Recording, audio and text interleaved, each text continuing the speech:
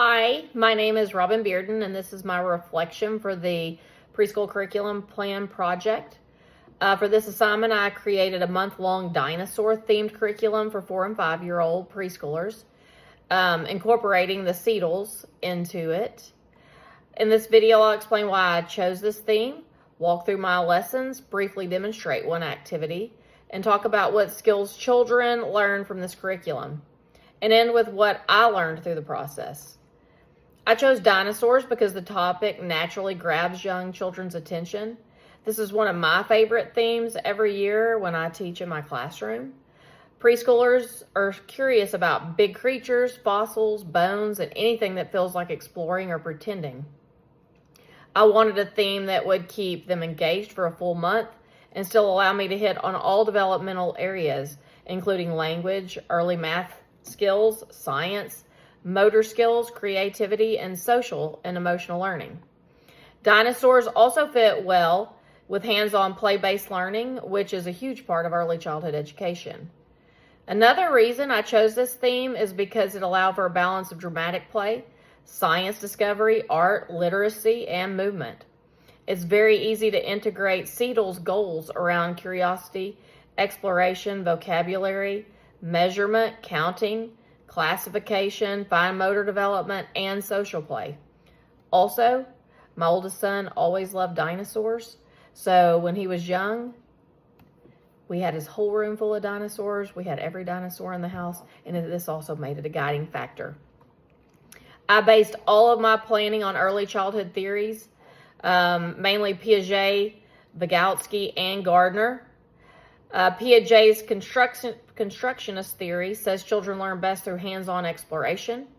Because of that, every week includes sensory building, play, movement, and experimenting. For example, when the students pretended to be paleontologists digging for fossils, they weren't just playing, they were comparing shapes, predicting, using tools, and discovering concepts on their own. Vygotsky's zone of proximal development influenced the structure of group work. I used teacher modeling and peer collaboration to give children just enough support without doing things for them. The dinosaur world building activity is a great example. Children worked together on their own habitats with teacher guidance, but they made the creative decisions themselves. And it was really fun watching them build their own little habitat. They all had different ideas, and it was all great. Gardner's multiple intelligences theory helped me make sure that every activity reached different types of learners. Movement learners enjoyed dinosaur dances and stomping activities. Visual learners benefited from pictures, charts, and art projects. Linguistic learners connected their books, storytelling, and vocabulary lessons. Logical, mathematical learners practiced counting, sorting, and measurement. This helped every child feel successful regardless of their learning style. On week 1, we had an introduction for dinosaurs. We focused on what dinosaurs were, how they moved, and where they lived. Students learned vocabulary, compared dinosaur sizes, practiced counting, and created dinosaur artwork.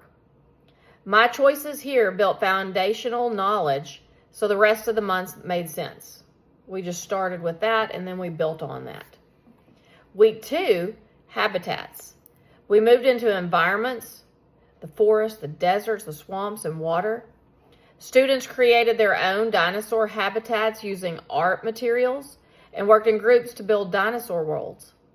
This supported creativity, teamwork, and understanding of how animals survive. Week 3, fossils and paleontologists introduced fossils, bones, and the role of paleontologist. Students explored pretend fossil digs, made clay fossil impressions, and built dinosaur skeleton puzzles. This week focused heavily on science, fine motor skills, vocabulary, and problem solving. This was probably one of the best weeks for the kids. They loved all the hands-on activities. Week 4 was the review and celebration. This brought everything together with sorting herbivores and carnivores.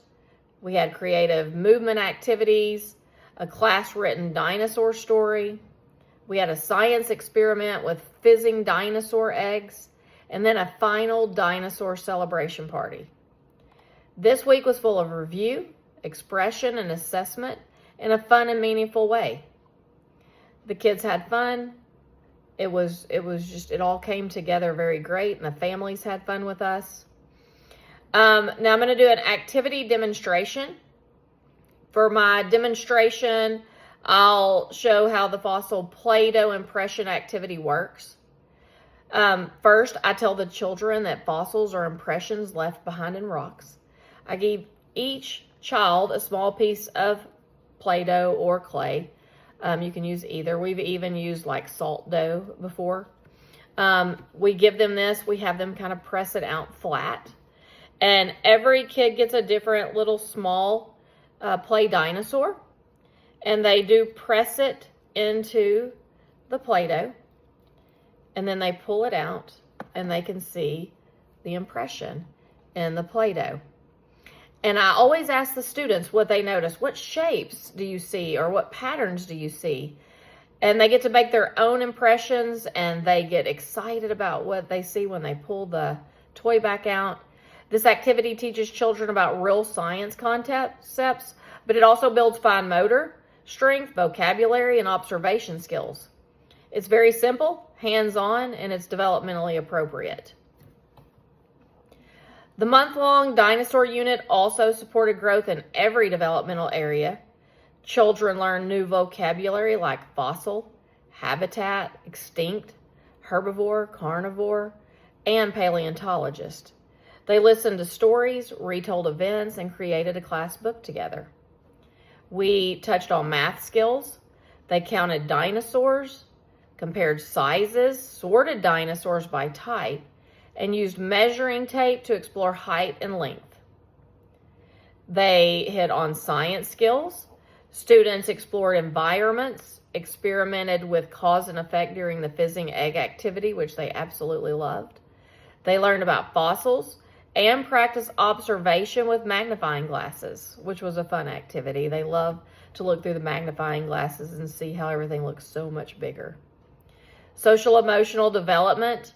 They worked in groups, shared materials, problem solved together, took turns during fossil digs, and built confidence when presenting their own work. It really helped them build their confidence. They were very proud of everything they did in all of the activities for dinosaurs. The motor skills, there were dinosaur dancing for gross motor skills and clay pressing or the Play-Doh pressing. We did sorting and puzzle assembly for fine motor development.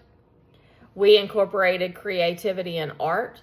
Children used paint, stencils, sponges, natural materials, and storytelling to express what they learned about dinosaurs. Family involvement was also a big part of this project. I used Joyce Epstein's framework to guide my decisions. I sent home a letter explaining all about the dinosaur theme, encouraged families to read dinosaur books at home, and invited them to send in any dinosaur items to share. Weekly newsletters updated families on what their children were learning. And at the end of the month, families were invited to our dinosaur celebration party, where children displayed all the stuff we did through the lesson plan, their artwork, fossils, and class books. This helped strengthen the homeschool connection and supported children's confidence. Throughout the month, I used both formative and summative assessments. Formative assessment happened during daily observations. We listened to vocabulary used, watched how students played, and taking notes on their skills during activities. Summative assessment came through weekly reviews, portfolios, artwork, and their final presentations.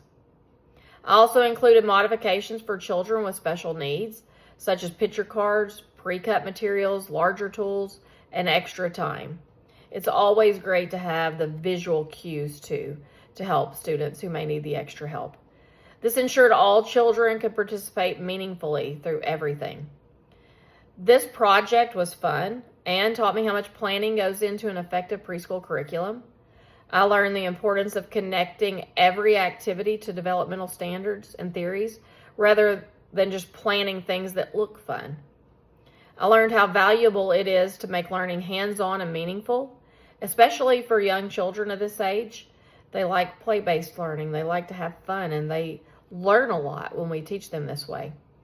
I also realized how powerful family connection and family involvement can be, and how assessments can be done naturally through play. Overall, creating this dinosaur curriculum showed me that a strong theme can pull everything together, including literacy, math, science, social skills, creativity, but still keep the children exciting and curious every single day. It helped me grow as an early childhood educator, and I feel more confident in planning developmentally appropriate, engaging lessons for future classrooms.